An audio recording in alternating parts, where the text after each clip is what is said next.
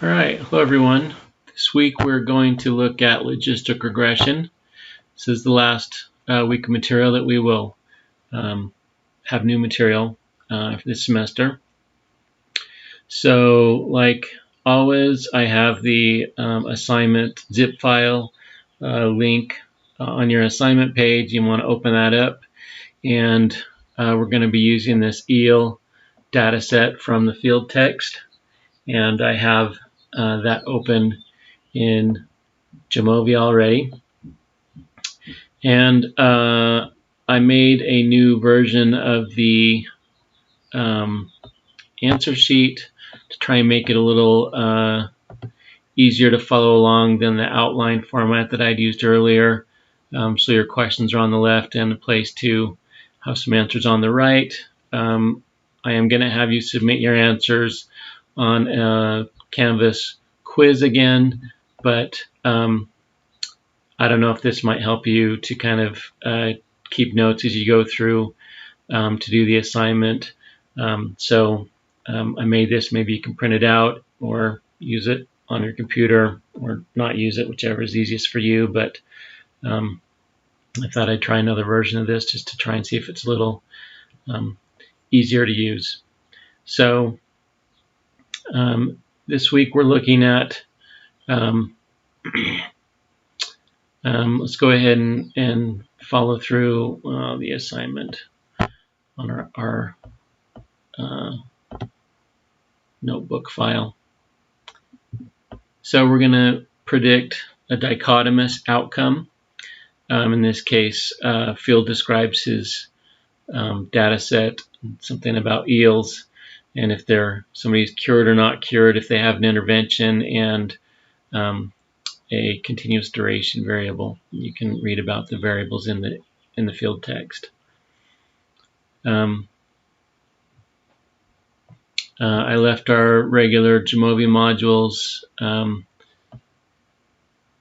so you can install those if you haven't already.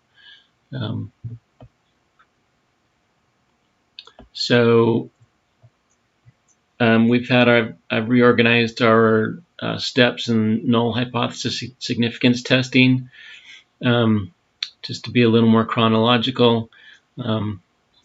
So this first part talks about what are our steps for null hypothesis significance testing. Here we have a data set already, so these things supposedly have been done, but I want to keep what we're doing in context for where things really go. Normally you would decide on a research question and research hypothesis, determine the data you're going to collect, what variables and what level of measurement for each variable, and then you're going to decide what statistical analyses you'll do, which is picking a probability distribution and test statistic. And this is, here in a list, but in reality, this is kind of an iterative process of trying to decide what you want to look at and what data to collect. You kind of go back and forth a little bit. But the real take-home message here is that you probably shouldn't start collecting any data until you kind of know what you're going to analyze first.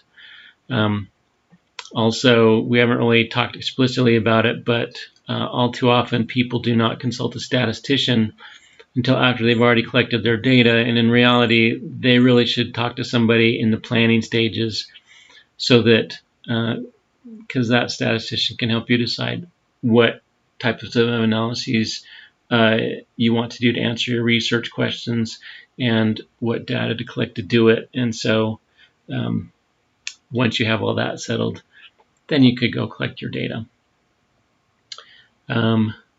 So choosing the correct statistical test. Let's go take a little peek in Jamovi here.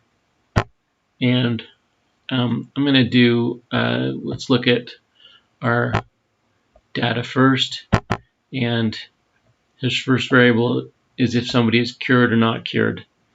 And you'll see that it has these numbers, zeros and ones. So often in these dichotomous variables, and this is nominal level of measurement, 0 means the absence of something that you're interested in. 1 means that you have the condition that you're interested in. In this case, we're looking to see if somebody is cured or not cured. So we're calling cured 1. Sometimes maybe you're interested in people getting sick, in which case you'll say 0 is they're not sick and 1 is they are sick. But that's usually how things are going to be organized. The next variable in the data set is this intervention variable. And again, 0 is no treatment and 1 is they receive the intervention.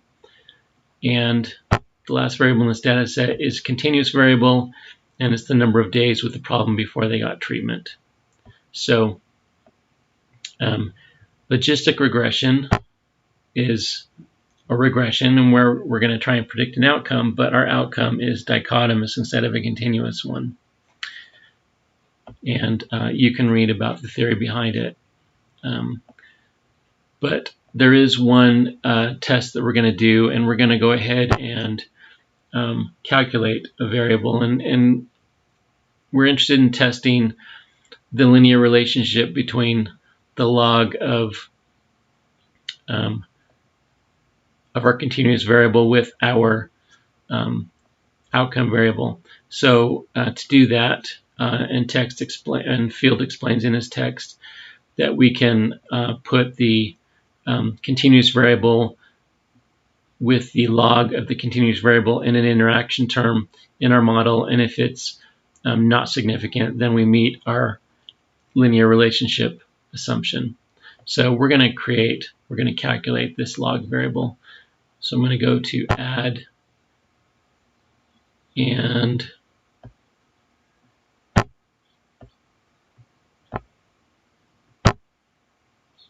okay, I hit this to go over to the new column, and we're going to say new computed variable. And here in the formula, let's go ahead and call this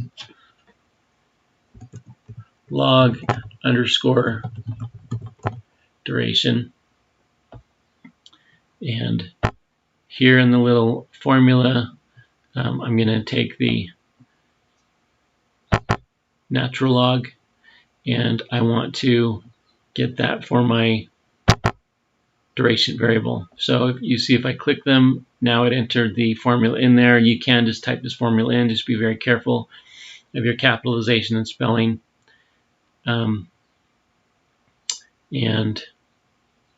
if I hit enter, you'll see now I have created a new variable, which is the natural log of our duration variable. Maybe I should have named it ln instead, since we did natural log. Okay, so now that we calculated that, we've looked at our levels of measurement, and let's go look at our answer sheet. So the next thing is, what is the level of measurement of the outcome variable in logistic regression? And we're going to call it dichotomous because it's nominal, but it only has 2 levels of measurement. So in a binary logistic regression, it's going to be dichotomous. And what's the level of measurement for our predictor variables? And like multiple regression, we can use any level of measurement for predictor in our logistic regression. So let's go and take a look at StatCat, which we've used before, to help us pick the correct statistical test. And here we're going to go in Analyses and StatCat and Relationships Prediction and Group Comparisons. And our dependent variable is our dichotomous variable cured. And our independent variables, we're going to be looking at intervention and duration. And you'll see now with a couple predictors, you'll see that StatCat tells us that logistic regression is going to be something that we could consider. So that's handy. It's a great thing to look at that. We can see that if we look at the other categorical variable for Intervention, we do have data in all the cells there, so StatCat is kind of handy for looking at that. And there's kind of a scatter plot of our duration with our cured outcome variable and where the data points lie. So that's nice for looking at. And as usual, we're going to go look at some of our descriptive statistics. And if you recall, we have a couple different kinds of variables here. We have our categorical variables and which descriptive statistics are going to be appropriate for our categorical variables. If you want to take a second and think about it, stop the video. You can look at it. If you come back and you answered frequencies and percents, you are correct. So for cured and intervention, we're going to get frequency tables. And under statistics, I don't care about looking at the mean and median. I still want to see if how many people I have with data and if I have any missing values. That's important to assess. We can leave the minimum and maximum there. And which plots are the correct plots for our categorical variables, and that would be our bar plot. So we can see that for our two categorical variables, we have 113 observations, no missing, and they're both coded with a 0 and a 1. And you'll see we have not cured and cured with frequencies and percents for each of those. And under treatment, we have no treatment and an intervention. And again, we have frequencies and percents. And there's the same information on a plot. So we do have a continuous variable, and we want to get descriptors for that. So we're going to get duration, and let's go ahead and just hit the little hide options there to start over again. So we're going to go to analyses, exploration, descriptives again, and we'll pick duration this time. And we got means. We want to go ahead and get our standard deviation. We can look at the normality of that variable. We can go ahead and get a normality test. And what's the correct plot for continuous variables? That would be histograms and box plots. Those are going to let us assess normality and kind of let us assess if we have any outliers. And duration may be the most normally distributed variable. It's a little leptokurtic, but as we know, the skew is more important to us than the kurtosis. And so it's pretty symmetrical in the distribution. And on our box plot, we don't see any outliers. You'll see Shapiro-Wilk is significant, and that's probably because this is leptokurtic, but we really care about the skewness divided by the standard error of the skewness, and we're well below 2 there, so we're not really too worried about normality for one of our independent variables there. If we went ahead and clicked our QQ plot, we would see that things seem to run along the line pretty well. So now we can go look at, begin looking at some of our regression information. We can go to regression, and we're going to go down to logistic regression, and we have two outcomes, a binomial logistic regression. And if you read the field chapter, there's a good number of things that we can look at.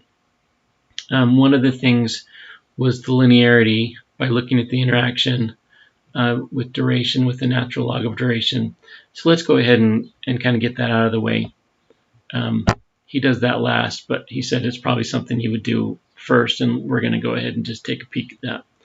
So cured is our dependent variable, and we're going to use duration and natural log of duration. And we're going to go down to our model builder, and we see that we have those two in there, but we do want an interaction term. So I'm going to select them both and then hit this arrow, the second one, and select the option that says interaction. And now we're going to add the interaction. Anytime you have an interaction, you should have each of the variables involved in the interaction as part of the model. And we really care what we're checking here to see if duration and the interaction with log duration is significant. And we can see here that it is not significant. So we're okay with our linearity assumption. Now that we did that, we can kind of start at the beginning. So I'm going to go ahead and just hit our hide option to leave that output because we checked it. Now we're going to go back to regression and down to logistic regression and 2 outcomes again. And we'll start with our cured in the dependent variable box. And now we have 2 independent variables. We have intervention, which is categorical. And if you recall, categorical variables are also called factors. So we're going to move that to our factor box. And we have duration, which is continuous, and we'll put that in our covariates box. And we are interested to compare our models like we did with multiple regression. So I'm going to pull duration out of block 1, make a new block, and let's put duration into block 2. And if you remember, this means we're going to have a first model which just has intervention, and then we're going to have a second model which has intervention and duration. And because we put it in separate blocks, Jamovi will do some models and comparison tests for us. We haven't looked at the reference level option before, but this is a great place to look at that. So we talked a little about how these things get coded, with 0 being the lack of the thing we're interested in and 1 being the presence of the thing we're interested in. And you can actually make a choice here in Jamovi. If things are coded the other way, you can actually switch which is considered the reference level. And 0 is considered the reference level. And you'll see we have under cured, we have not cured as the reference level, and intervention, no treatment is the intervention, or is the reference level. And we'll leave those how they are, but you could change that if things were coded differently and you wanted to switch it to how you're used to looking at it. So that's all. We're not going to change anything, but that's what the reference level dialog box gives us. Assumption checks, collinear to statistics. And if you read the field chapter, you might have noticed that we still will check our variance inflation factor for our predictor variables. And Field noted that SPSS does not give you that under logistic regression, and his suggestion was go run the model as if it were a multiple regression and get the VIF because it would give you the same numbers. And this is a place where Jamovi actually gives us this option under logistic regression, so it's a little easier for us. We don't have to go run it in a separate place first. So we're going to go ahead and select our collinear statistics, which will be our VIF. Our model fit, and just like we talked with multiple regression, we have some things that report to us about the model overall, and then some things to report to us about the parts of the model. And those two, that basic organization is exactly the same here. In logistic regression, some of the particulars, what we look at for the model overall and the parts of the model are different, but we're still following the same pattern.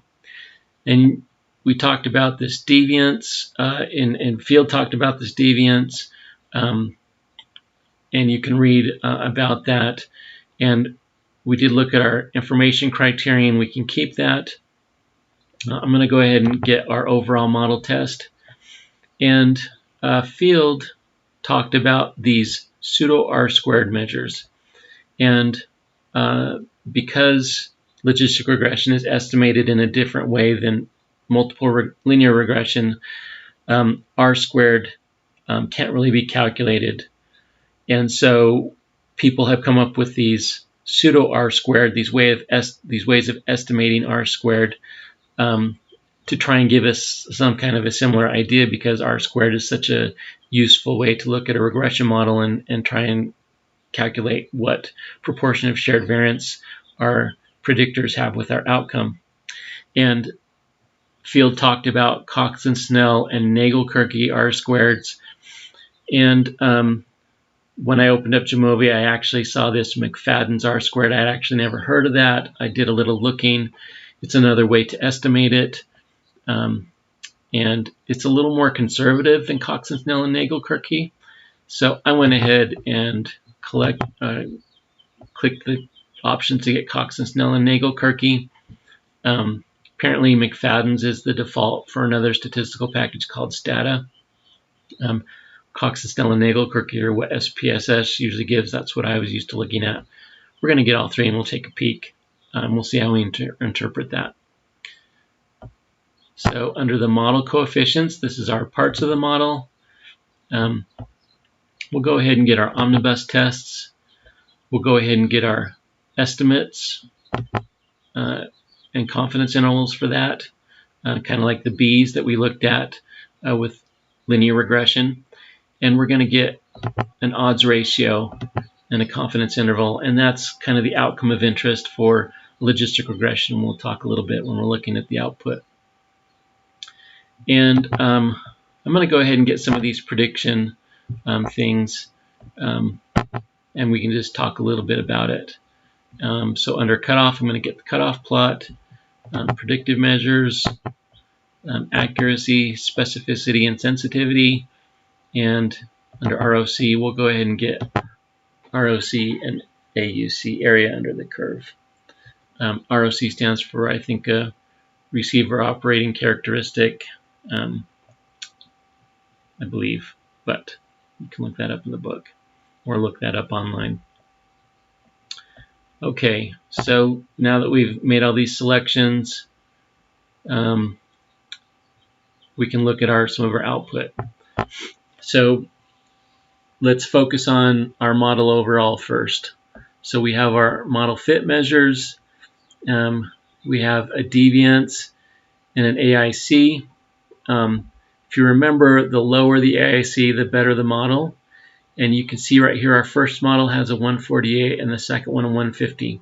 So off the bat, adding that second variable seems to be somewhat problematic because our AIC went up, not down. And here our pseudo R squareds, and they're pretty much interpreted like R squared is in a linear regression. We would look at our proportion of shared variance in our for our outcome variable with our predictor variables. And in logistic regression, rather than just give one number, I would just kind of report it as a range that the output would indicate that our R squared lied somewhere between 0.0644 and 0.113. So I kind of use these as an estimate, and we're using a range. And you'll see this second model, our R squareds are about the same. So again, this extra predictor doesn't seem to be changing much in our proportion of shared variance. And here we have an overall model test, but now it's a chi-square test instead of an F test like we had before. And you'll notice that these tests are the same as before, where this first one is testing a model that has a predictor of treatment and against a model which did not have that, and we see it is significant. And this overall model test is treating or testing a model with two predictors against a model that doesn't. You'll see our actually p-value went up. So again, we know there's some kind of problem with that second predictor, but we'll keep going. When we look at our model comparison, so this is comparing model 1 to model 2, and we see that that is definitely not significant. So that second model is not any better than our first one. And in fact, AIC would seem to indicate that it's a little worse. And there's some omnibus likelihood ratio tests. And we're going to go ahead and just go down to our model coefficients. So here we have our predictor estimates. These are our B values. Although if you're reading field, you'll know that our model is no longer a linear one. It's a logistic one. And so these B's don't directly translate into a change from the predictor with a change in the outcome values. They're actually a change in the logarithm. And so these are a lot harder to interpret. And so in fact, we don't really interpret a prediction equation with these just because it's not really easy in people's minds to understand what they're talking about. So we do, however, get our significance tests for each part of the model, and we can see that our first variable intervention is statistically significant. This Z is called our Wald statistic, and with our second predictor of duration, we see that it's not statistically significant. So duration really isn't doing much for us in this model, and that our parts of the model output kind of confirms what we already knew, that the second model isn't all that great. And now we can kind of see that it's probably because of adding duration into the model. But I did want to talk a little about these odds ratios. So in regular linear regression, we looked at the standardized coefficient estimates, and those let us know what a 1 unit change in the predictor variable, a 1 standard deviation change in the predictor variable would translate into how much change in the outcome variable and standard deviations. In the odds ratio, we're actually looking at how did the odds of the outcome of interest happening change. So this treatment variable, a 1 unit change in treatment would translate into our odds going up by 3.43 times as much that they will have be cured. And if you recall, this treatment variable was really only coded with a 0, they didn't get treatment, and 1, they did. So there's our 1 unit change. Either they didn't get treatment or they did. And if they did get treatment, they are 3.4 times more likely to be cured. And odds ratios are a little bit different than everything we've looked at up to this point. Up to this point, we've really been focused on 0. 0 means no change in linear regression. And if 0 is within your confidence interval, then that means it's probably not going to be significant, and it's just as likely you saw no change as you saw any kind of change.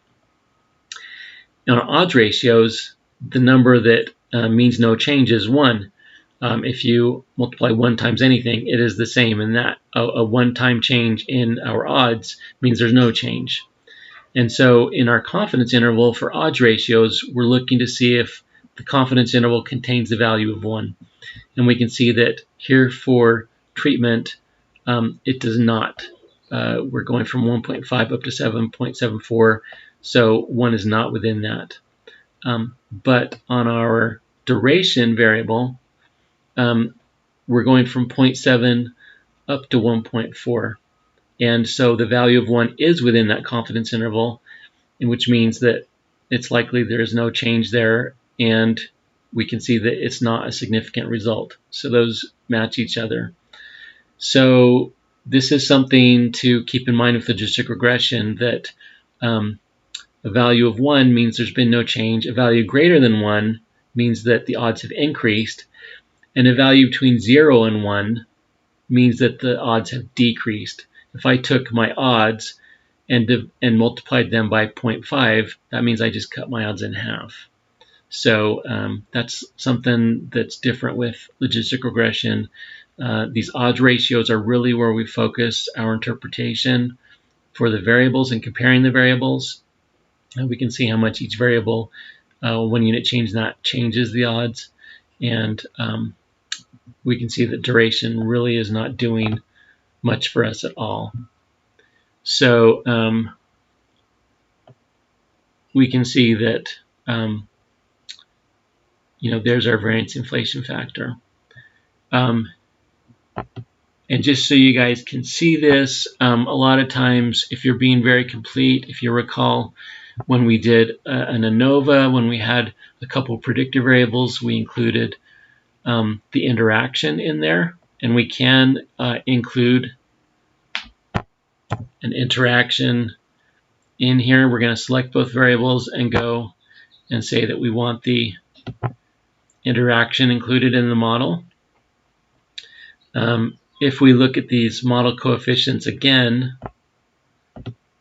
which include this interaction, we can see that our interaction is not significant. On our model comparisons, we can see again that it's not a significant difference. We just stuck that in the second model. And but I do want you to look here at the variance inflation factor. When we included the interaction term, now we have a VIF of 40. And if you remember, anything above 10 was a big problem with collinearity. And we can see that we definitely now have two of these values, the intervention and the duration intervention interaction, have these very high VIF numbers. So what that means is we need to drop something from the model. So this interaction term really shouldn't be there. It's causing a problem with multicollinearity, and it's just not significant. It's not doing anything to make our model better. And if you see, as soon as we get rid of that, our VIF numbers go back down to a range that is just fine. But as we looked, we saw that our p-value for duration was not significant. So duration is not helping us in the model. It's making things a little bit worse. So in reality, if I were going to actually create a final model, I would remove duration from our prediction equation. And when we do that, we can see that, well, let's get rid of our other block here. Okay, so we can see that our model is significant on the overall test.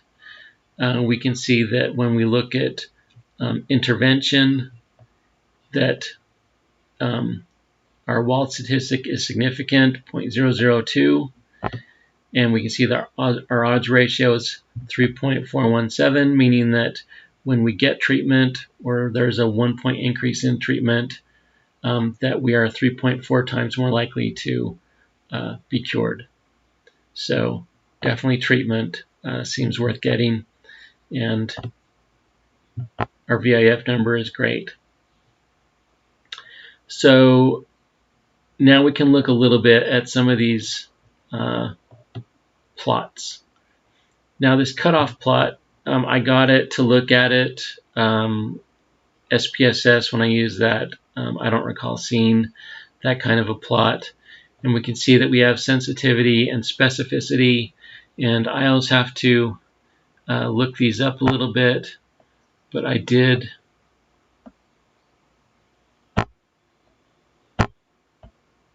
Oh, where'd I stick it? Oh, I must have.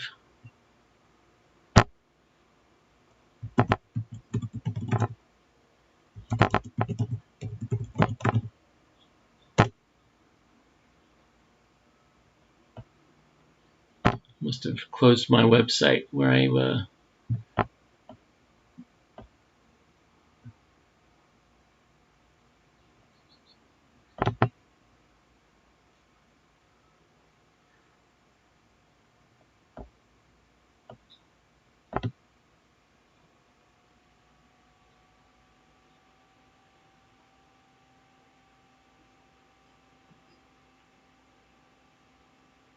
Okay, so sensitivity and specificity. Sensitivity is our positive predictive value, which means that we look at how many were actually positive compared to how many that we predicted were positive. So that means the amount that we predicted correctly and the amount that we predict were positive but were not actually positive.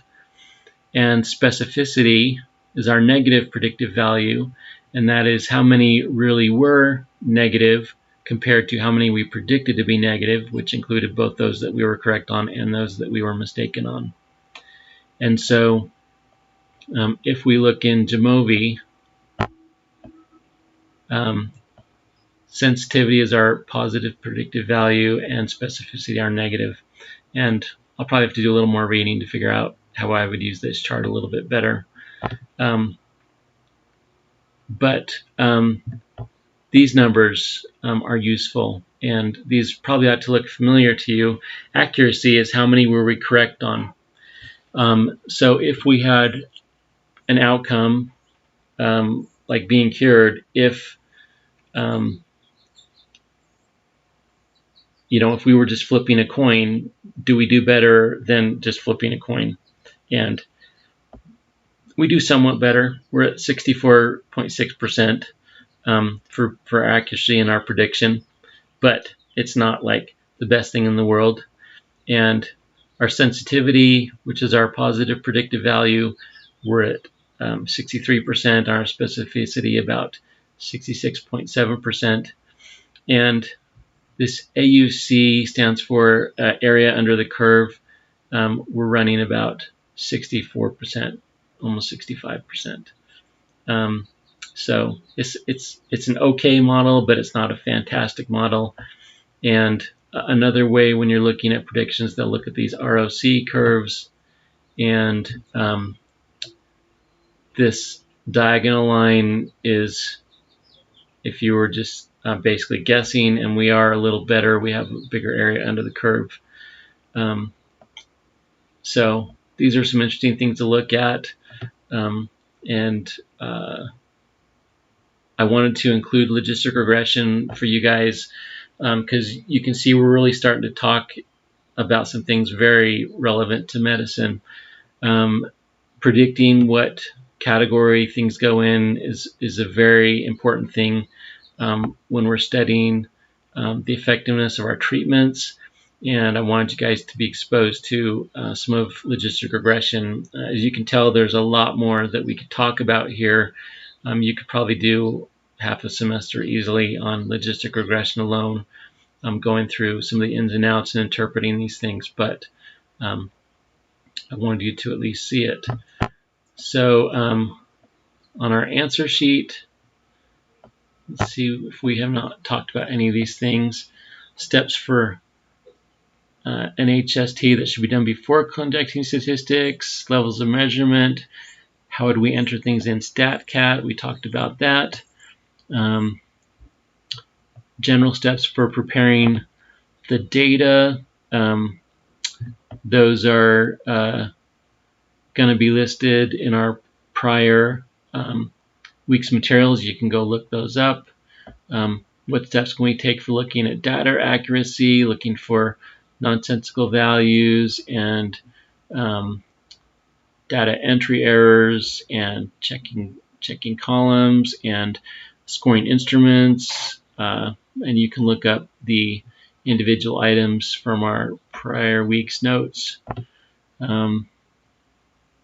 What steps can be taken for checking missing data? You can look over the data set. You can look at the descriptive statistics.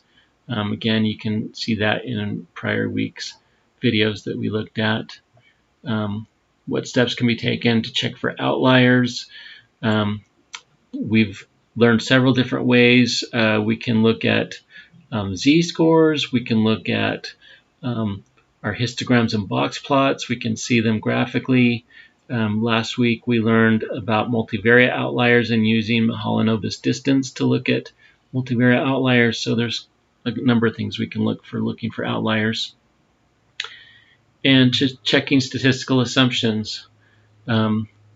This week we looked at checking our linearity assumption by including the outcome variable and the log of the outcome variable, the continuous variable, in our term looking for an interaction, and we did not have one.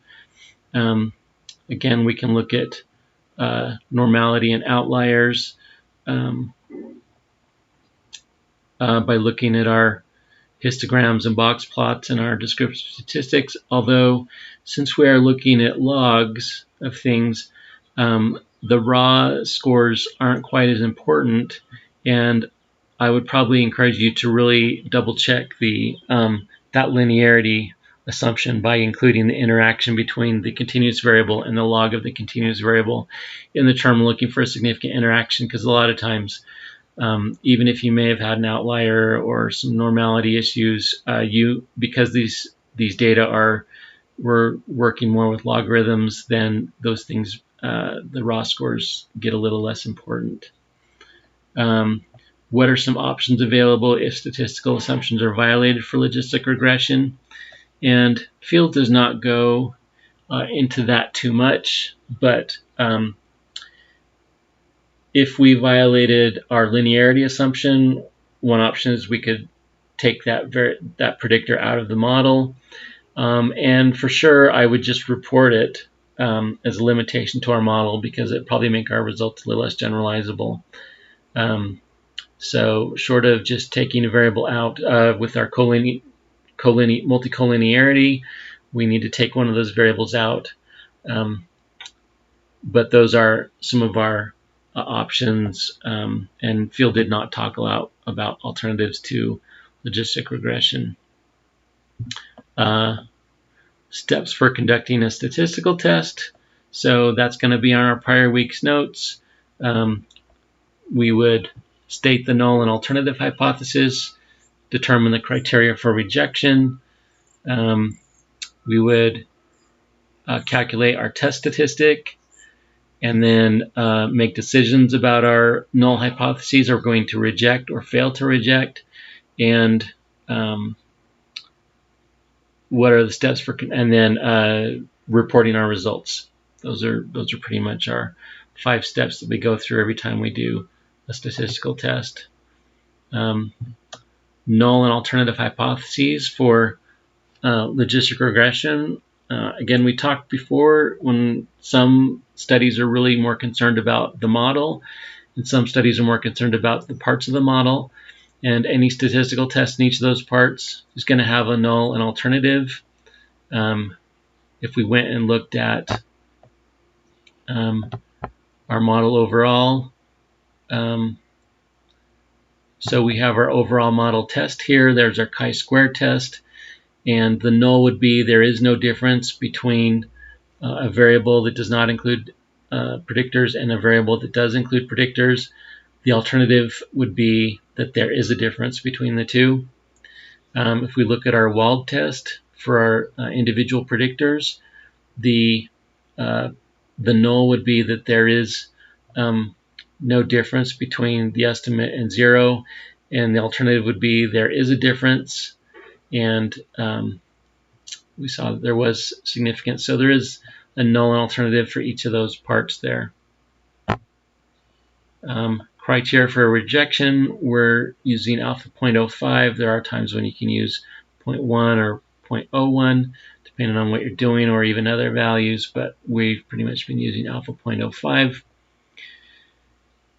And what test statistics are you going to look at for logistic regression? So we did review that. We looked at our chi-square and our p-value for our model overall. We looked at our pseudo r-squareds for our model overall. For our predictors, we looked at our Wald statistic, our z statistic, and our p-value. And we especially looked at our odds ratio, which in logistic regression is probably the most important thing to understand, is these odds ratios.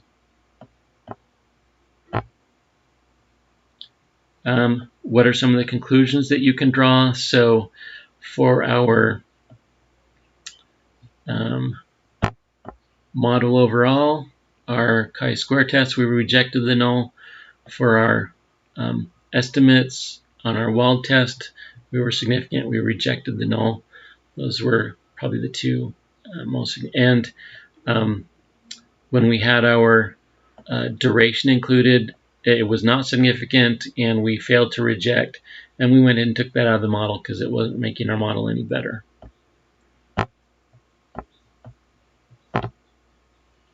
And what will you report about logistic regression? So on the model overall, I would report our pseudo r-squared values. I would report our chi-square and our p-value. On our parameter estimates, I would report probably our z and our p-value, and I would definitely report our odds ratio. I don't know if I put it on the answer sheet, but I'd probably report the confidence interval for the odds ratio. And then you can fill out the other couple questions. What did you like or dislike about this assignment, or how would you change it to make it better for future students? And you can fill out your answer sheet and turn in your Jamovi file on the assignment.